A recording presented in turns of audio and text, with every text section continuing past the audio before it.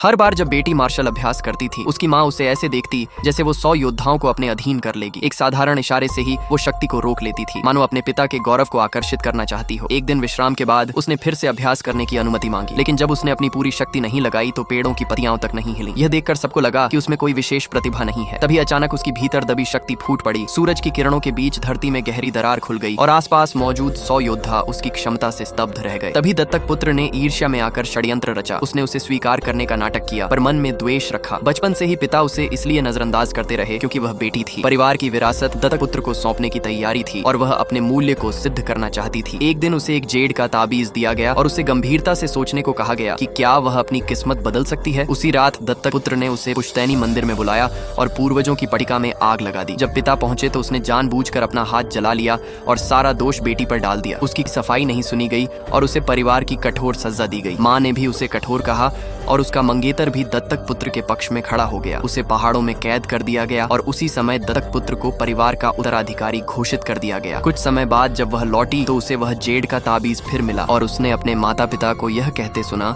कि दत्तक पुत्र उनके लिए उससे अधिक महत्वपूर्ण है। ये सुनकर उसका हृदय टूट गया और उसने ताबीज तोड़ दिया। ठान लिया कि वह इस ठंडे परिवार को छोड़ देगी। 10 साल से प्रतीक्षा कर रहा उसका गुरु उसे अपने पास बुलाने वाला था। दत्तक पुत्र के जन्मदिन और उसके उत्तराधिकारी घोषित होने के दिन पिता ने उसे पारिवारिक ग्रंथ भेंट किया। माँ और मंगेतर ने भी उपहार दिए, जबकि बेटी अपमान और उपेक्षा में डूबी रही। जब उसने जाने की ठानी तो उसे उलाहना दिया गया कि उसने भाई के लिए उपहार तक तैयार नहीं किए। मंगेतर ने सगाई तोड़ दी, ये कहते हुए कि दत्तक पुत्र ने उसकी जान बचाई थी, जबकि वास्तव में उसकी जान बचाने के लिए अपना रक्त उसी बेटी ने दिया था। पर अब उसके लिए यह सब महत्वहीन था और वह चली गई। जाते समय उसने एक पत्र छोड़ दिया जिसमें दत्तक पुत्र की साजिश, मंदिर की आग और पहाड़ों में झेले गए कष्टों का सच लिखा था। माँ को सच्चाई का एहसास हुआ और पिता ने पत्र पढ़कर अपनी गलती समझी, पर तब तक देर हो चुकी थी। बेटी अपने गुरु के साथ जा चुकी थी और 3 वर्षों तक कठोर साधना कर उसने अपनी शक्ति को चरम पर पहुंचा दिया। एक परीक्षा में उसने मात्र एक इशारे से बांसों के पूरे वन को चीर दिया और उसके गुरु ने उसे अपनी स्थापित संप्रदाय की उत्तराधिकारी घोषित कर दिया। उसी वर्ष शिष्यों की भर्ती प्रतियोगिता